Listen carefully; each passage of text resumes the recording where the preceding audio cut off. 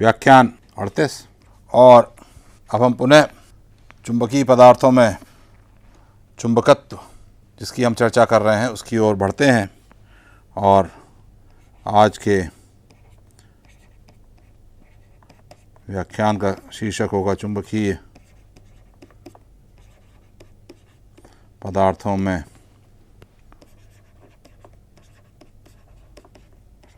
चुंबकत्व, इसका दूसरा भाग। और आज हम चर्चा करेंगे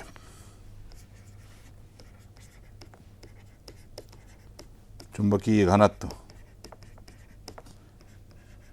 m, और ये स्थान पर निर्भर कर सकता है। और साथ में एक परिभाषित करेंगे अतिरिक्त क्षेत्र। ये चुंबकीय क्षेत्र से ही संबंधित है और इसको अंग्रेजी में कहते हैं ऑक्सिलियरी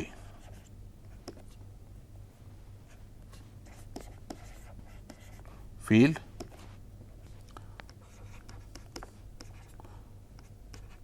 ऑक्सिलियरी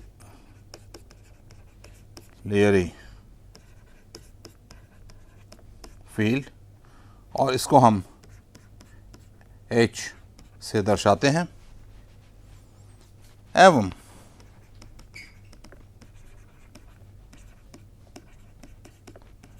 चुंबकीय क्षेत्र Br। तो यह आज चर्चा का विषय रहेगा इस व्याख्यान में। तो आपने देखा कि अब तक हम जब चुंबकत्व का अध्ययन कर रहे हैं तो हमने यह देखा कि जैसे कि परावैद्युत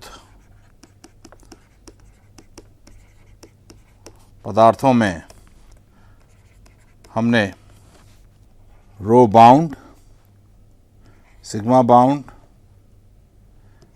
इनकी चर्चा करी थी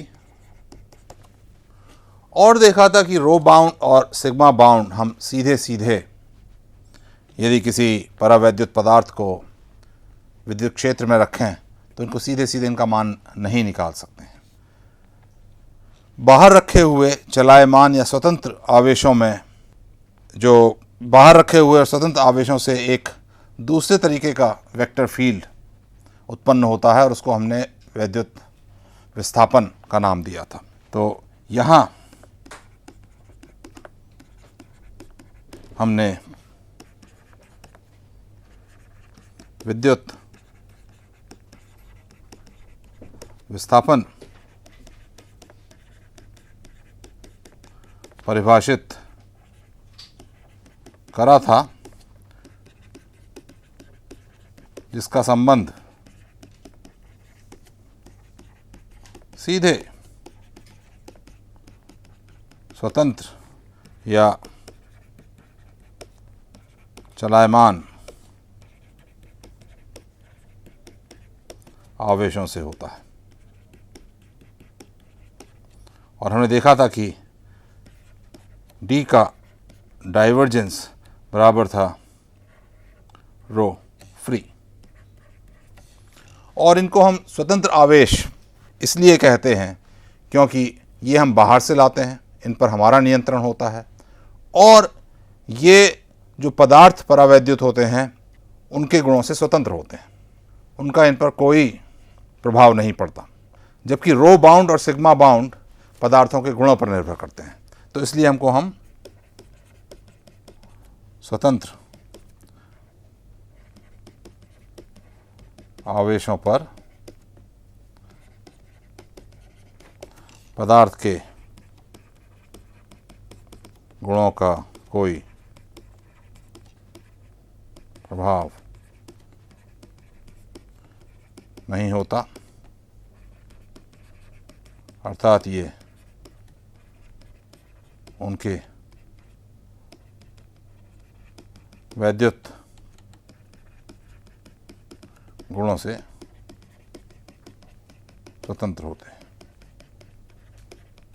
तो इसी प्रकार हम अब चुंबकीय क्षेत्र के लिए भी एक अतिरिक्त क्षेत्र परिभाषित करेंगे जो कि एक स्वतंत्र धारा से संबंधित होगा। स्वतंत्र धारा का तात्पर्य वही होगा जो स्वतंत्र चार्ज, स्वतंत्र आवेश का है, कि स्वतंत्र धारा पर हमारा नियंत्रण होता है, वह पदार्थ के चुंबकीय गुणों पर निर्भर नहीं करेगी। और इसलिए यदि हम एक ऐसा क्षेत्र परिभाषित करें जो उससे संबंधित हो तो इससे चुंबकीय क्षेत्र निकालने में हमको सहायता मिलेगी। तो अब हम इस से ठीक इसी प्रकार जैसे हमने परावैद्युत पदार्थों के बारे में बात करी, तो चुंबकीय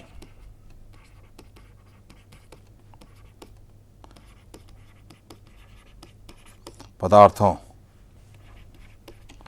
से प्रभावित चुंबकीय क्षेत्र निकालने के लिए हमें ऐसा ही कुछ करना होगा। तो यह इसका उद्देश्य है जो अब हम करने जा रहे हैं। तो इसके लिए मैं आपको याद दिलाना चाहूँगा कि यदि हमारे पास कोई चुंबकीय खंड है जिसके अंदर कोई चुंबकीय घनत्व जो अलग अलग स्थानों पर अलग अलग हो सकता है m है, और इसको अलग अलग स्थानों पर अलग अलग हो सकता है, इसको मैं mr लिख देता हूँ। तो इसमें इसके अंदर एक बाउंड या आबंधित धारा होती है जिसका घनत्व JB बराबर कर्ल ऑफ m इससे दिया जाता है। और वह आप सोच सकते हैं यदि यह m निर्भर करता हो लगाए हुए चुंबकीय क्षेत्र पर तो हम JB नहीं निकाल सकते जब तक कि हमको ये m पता ना चल जाए, और JB से फिर से चुंबकीय क्षेत्र प्रभावित होता है। तो इस तरीके से हम सीधे सीधे इसको नहीं निकाल सकते। तो इसको यदि मैं लिखूं तो JB से एक नया चुंबकीय क्षेत्र बनता है जो चुंबकीय पदार्थों में पुनः एक mr उत्पन्न करता है, और इससे फिर से JB बनेगा, फिर से m बनेगा। तो इस तरीके से ये जो गणनाएं होती हैं थोड़ी सी कठिन होती हैं, और इसी में सहायता करता है यह अतिरिक्त क्षेत्र जिसको हम परिभाषित करने जा रहे हैं। तो मान लीजिए एक चुंबकीय पदार्थ है और इसके आसपास हमने एक कोई बाहर बहती हुई धाराओं से या इसके अंदर कोई बहती हुई धाराओं से जो J फ्री हम बोलेंगे उससे पैदा किया हुआ है। तो हम एक चुंबकीय क्षेत्र हमारे पास है डेल क्रॉस B, जिसको हम केवल चलायमान या स्वतंत्र धाराओं से उत्पन्न करते हैं।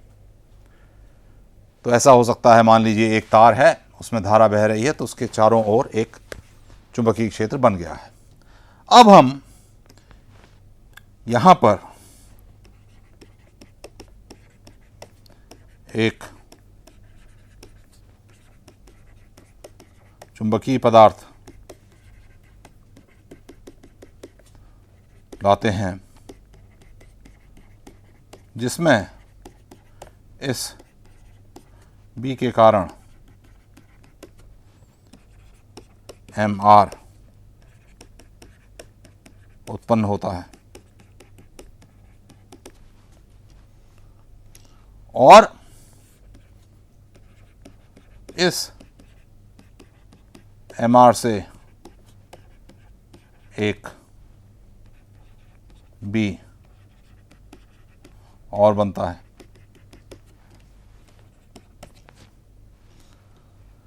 तो मान लीजिए हम पहले वाले B को बोलें B0 तो डेल क्रॉस बी ज़ीरो बराबर होगा म्यू ज़ीरो जे एफ, और उसके बाद एक, जैसे कि मैंने पहले ऊपर बताया कि जे बी से एक नया चुंबकीय क्षेत्र बना, फिर उससे एम पैदा हुआ, उससे फिर जे बी बना। तो इस तरीके से कुल मिलाकर एक नया चुंबकीय क्षेत्र बन गया जिसको हम म्यू ज़ीरो जे बी से संबंध कर देंगे। तो इस चुंबकीय पदार्थ में एक लगाया हुआ क्षेत्र है और एक उत्पन्न क्षेत्र है उसमें बने हुए चुंबकीय घनत्व के कारण। तो कुल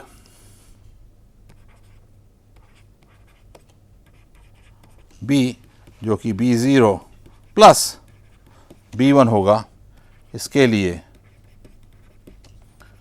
कर्ल ऑफ B चुंबकीय पदार्थों की उपस्थिति में बराबर हो जाएगा mu zero J F plus J B. अब मैं दोहराता हूँ कि जे बी हम पहले से पता नहीं कर सकते, लेकिन जे बी से बी पर प्रभाव पड़ता है और ये हमारे पास कुल अब जो है चुंबकीय क्षेत्र बना हुआ है। तो अगर यदि हम देखें तो हमारे पास ये एक चुंबकीय खंड है, इसके आसपास कुछ जे एफ हैं और जिनके कारण इनमें एक क्षेत्र B0 बना, उसके कारण इनमें एक M उत्पन्न हुआ, जिसके कारण इसमें एक JB बन गया, जिसने कि एक B1 दिया, और कुल मिलाकर इसके भीतर फिर एक जो फील्ड हमको मिला वह B कुछ मिला, और उसका कर्ल म्यू ज़ीरो बराबर J F plus J B होगा। तो हमने देखा कि कर्ल ऑफ B बराबर है mu not J F plus J B, और जे बी का मान हम पहले देख चुके हैं कि ये होता है कर्ल ऑफ M, और इसलिए हम लिख सकते हैं ये बराबर है mu zero J F plus curl of M।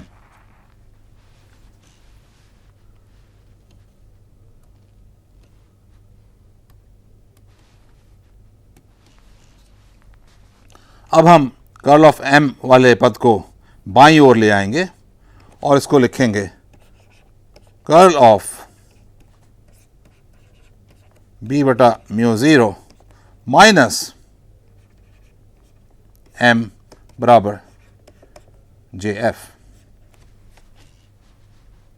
और अब हम परिभाषित करते हैं इस मात्रा को, और इसको हम कहते हैं अतिरिक्त क्षेत्र एच आर। तो अंग्रेजी में इसको कहेंगे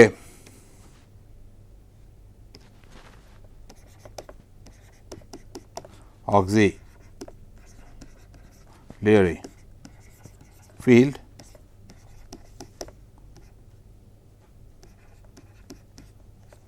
ऑक्सिलियरी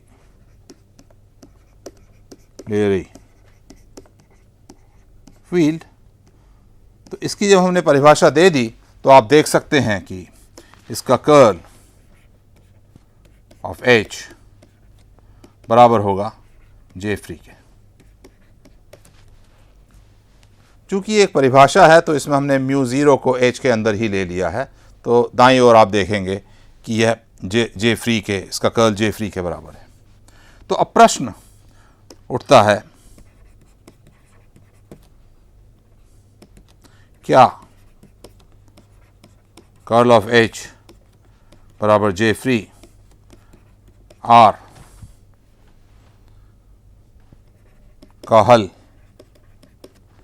H R बराबर 1/4 pi integral J free R prime cross R minus R prime बटा R minus R prime cubed d V prime होगा। क्या यह इसका हल होगा?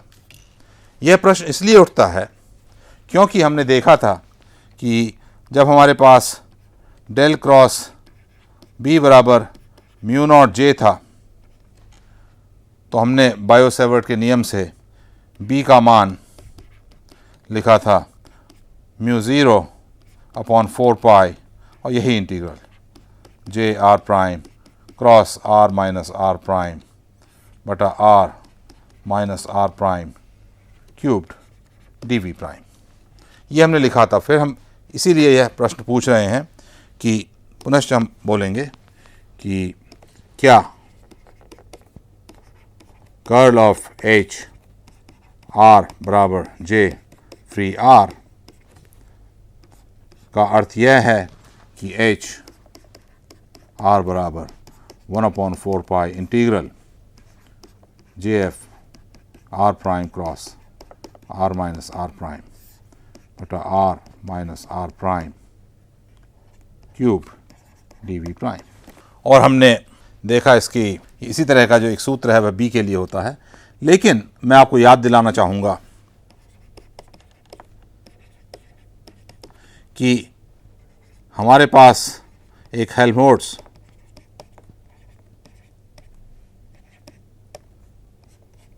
का प्रमेय है और यह कहता है कि हमें एक वेक्टर फील्ड के बारे में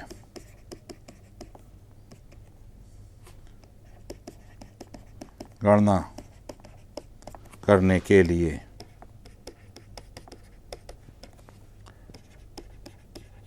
इसके कर्ल तथा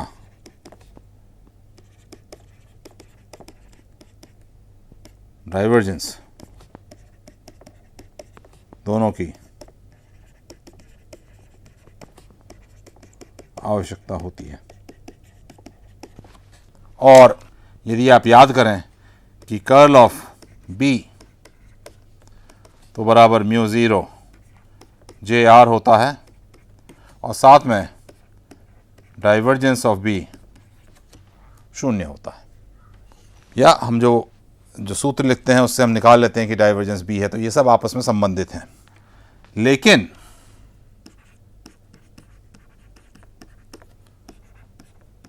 डाइवर्जेंस ऑफ एच बराबर शून्य हो ऐसा हमेशा नहीं हो सकता। और उसका कारण है, यदि आप इसकी परिभाषा पर जाएं तो हमने देखा था कि H बराबर बी बटा म्यू ज़ीरो माइनस एम, और इसलिए डाइवर्जेंस ऑफ H बराबर डाइवर्जेंस ऑफ बी बटा mu zero minus divergence of M. Divergence of B हमको पता है शून्य है, तो इसलिए डाइवर्जेंस ऑफ H बराबर हो गया माइनस डाइवर्जेंस ऑफ M, और डाइवर्जेंस ऑफ M शून्य हो ऐसा आवश्यक नहीं है। यहाँ पर मैं फिर से आपको ले जाना चाहूँगा जब हम लोग चर्चा कर रहे थे परावैद्युत पदार्थों की, कि वहाँ पर भी हमने देखा था कि P का कर्ल शून्य हो ऐसा आवश्यक नहीं था। इसी प्रकार यहाँ पर भी ऐसा आवश्यक नहीं है कि डाइवर्जेंस ऑफ M शून्य हो, और यदि डाइवर्जेंस ऑफ M शून्य नहीं है तो डाइवर्जेंस ऑफ H भी शून्य नहीं होगी, और ऐसी स्थिति में ये सूत्र हम H के लिए नहीं लिख सकते जो मैंने ऊपर सुझाव दिया था जिसके लिए। तो इसको निकालने के लिए हमको और चीज़ों की आवश्यकता होगी। तो अब हम फिर से समीकरण लिख लेते हैं, क्या क्या हमारे पास समीकरण हैं। तो चुंबकीय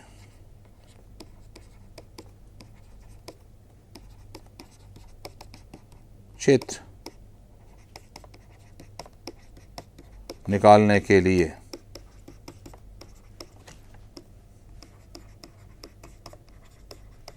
समीकरण, इनको हम एक साथ एक बार लिख लेते हैं। हमारे पास ये है कि B का डाइवर्जेंस तो हमेशा ही शून्य है, लेकिन B का जो कर्ल है वह mu zero JF plus JB है, और JB हमें पहले से आवश्यक नहीं है कि पता हो। कर्ल ऑफ H है J फ्री, और डाइवर्जेंस ऑफ H है माइनस डाइवर्जेंस ऑफ M, और ये शून्य होना कोई आवश्यक नहीं है। शून्य हो भी सकता है लेकिन शून्य होना आवश्यक नहीं है। तो ये हमारे पास समीकरण है, और इनका हल निकालने के लिए अब हमको आवश्यकता होगी बाउंड्री कंडीशंस की, जिनको मैं अब चर्चा में लाऊंगा। उससे पहले मैं आपके लिए एक अभ्यास के तौर पर कुछ छोड़ना चाहूँगा। तो ये अभ्यास है, डेल डॉट D बराबर rho free curl of E बराबर शून्य, डाइवर्जेंस ऑफ E बराबर 1/ε0 rho free plus rho bulk, जिसको हमने लिखा था 1/ε0 rho free minus del dot P, तथा कर्ल ऑफ D बराबर कर्ल ऑफ P। इन समीकरणों का मैं चाहूँगा अभ्यास के तौर पर तुलना करें जो ऊपर मैंने चुंबकीय क्षेत्र के लिए समीकरण लिखी हैं।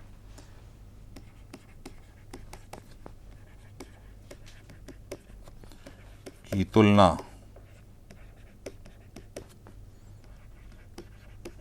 ऊपर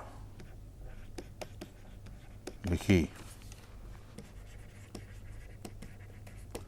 चुंबकीय क्षेत्रों में इसलिए लिख रहा हूं क्योंकि वहां पर एक अतिरिक्त क्षेत्र है और एक चुंबकीय क्षेत्र है कि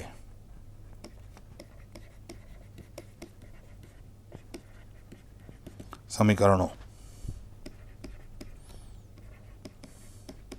करें तथा उनके हल एवं बाउंड्री कंडीशंस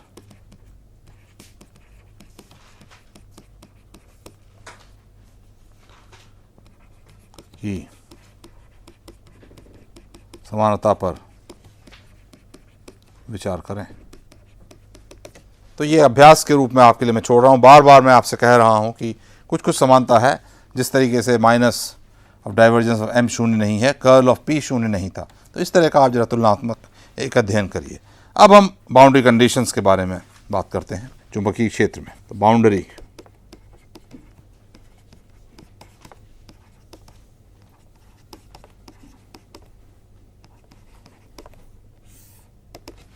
इनको भी हम जो समीकरण है उनके द्वारा निकाल लेते हैं। तो इसके लिए हम मानेंगे कि हमारे पास दो तरह के चुंबकीय पदार्थ हैं, 1 और 2, और दोनों में कुछ कुछ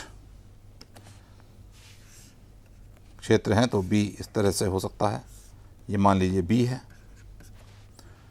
और दोनों में कुछ MB है, और साथ में H भी है। अलग अलग रंगों से मैं इनको दर्शा रहा हूँ। तो यदि हम देखें कि डाइवर्जेंस ऑफ B बराबर शून्य होता है, और हमें पता है कि कोई भी आवेश घनत्व नहीं होता है, तो इसका अर्थ यह हुआ कि यदि मैं एक छोटा सा माचिस का जैसा डिब्बा बनाऊं इस उनके कॉमन सतह पर और उस पर गॉस का नियम लगाऊं, तो इससे मुझे मिलेगी बाउंड्री कंडीशन कि B1 डॉट N बराबर B2 डॉट N, जहाँ N इसके लंबवत उस स्थान पर यूनिट वेक्टर है, या B1 परपेंडिकुलर सतह के बराबर B2 परपेंडिकुलर। ये हमारी एक बाउंड्री कंडीशन हो गई। अब हम देखेंगे कि कर्ल ऑफ एच बराबर जे फ्री है। जब भी कर्ल के बारे में बात होती है हम बनाते हैं एक आयताकार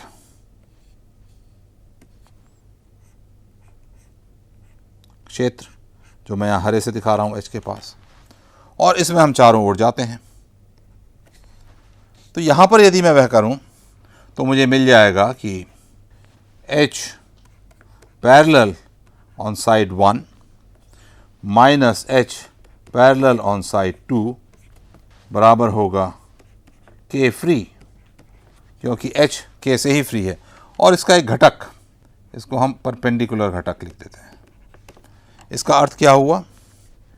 के परपेंडिकुलर घटक फ्री, जो ये सतह है आयत की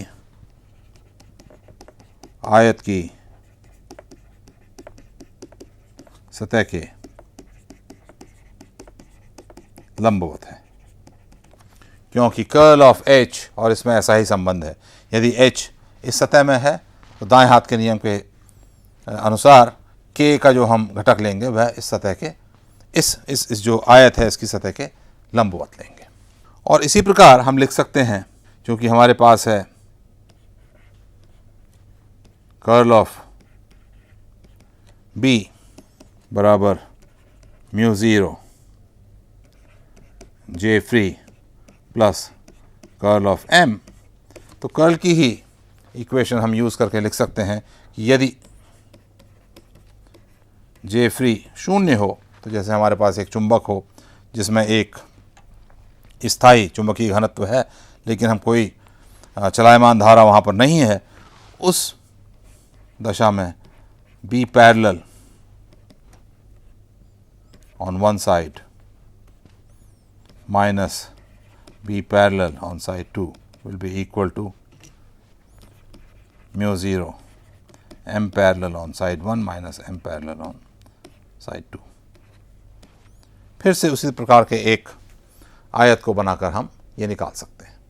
यदि जे फ्री भी होगा तो उसका भी एक घटक उस सतह के, जो आयत की सतह है उसके लंबवत आ जाएगा। तो इन सब को जो समीकरण हैं और बाउंड्री कंडीशंस हैं, इनको मिलाकर अब हम अलग अलग स्थितियों में बी और एच के का मान निकाल सकते हैं। इसको किस प्रकार निकालेंगे मैं ये अगले स्क्रीन पर दिखाता हूँ। तो भिन्न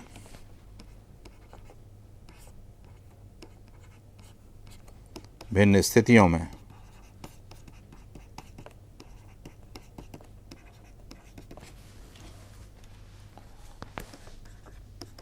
बी तथा एच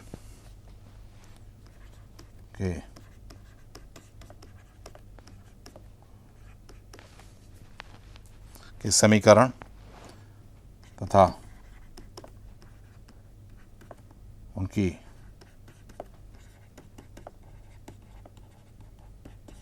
बाउंड्री कंडीशंस का प्रयोग कर इन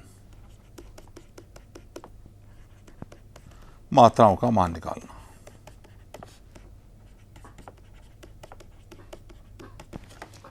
तो हमने देखा कि डाइवर्जेंस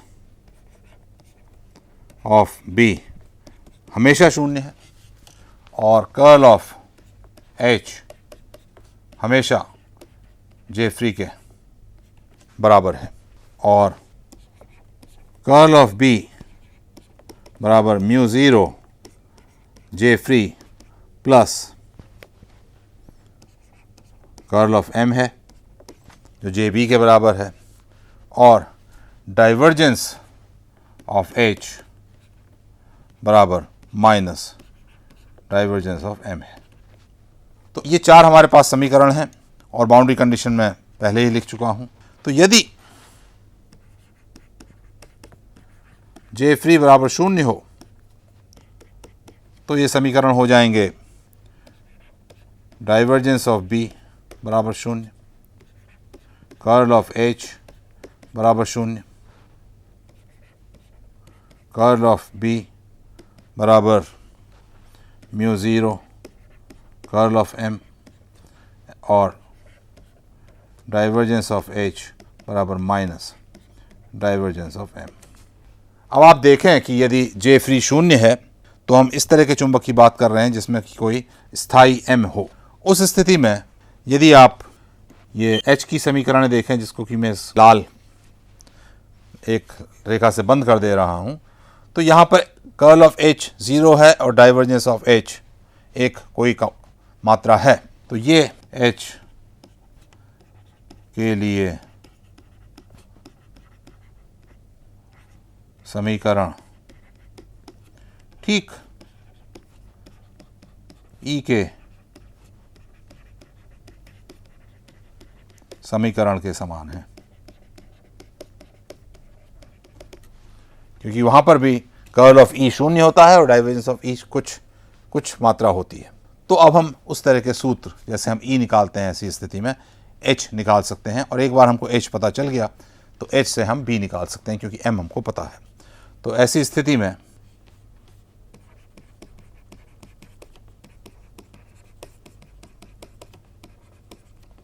एच निकालना आसान हो जाएगा। क्यों? क्योंकि हमारे ई के अनुभव के कारण। ये मैं बार बार आपको दोहरा रहा हूँ, क्योंकि आप जैसे जैसे सोचेंगे आपको इसके लिए एक अच्छी अनुभूति आएगी। तो ई के अनुभव के कारण एच निकालना आसान हो जाएगा और बी बराबर हो जाएगा mu zero H plus M. और बाकी परिस्थितियाँ जैसे जैसे आएंगी हम लोग ये उदाहरण लेते रहेंगे। धन्यवाद।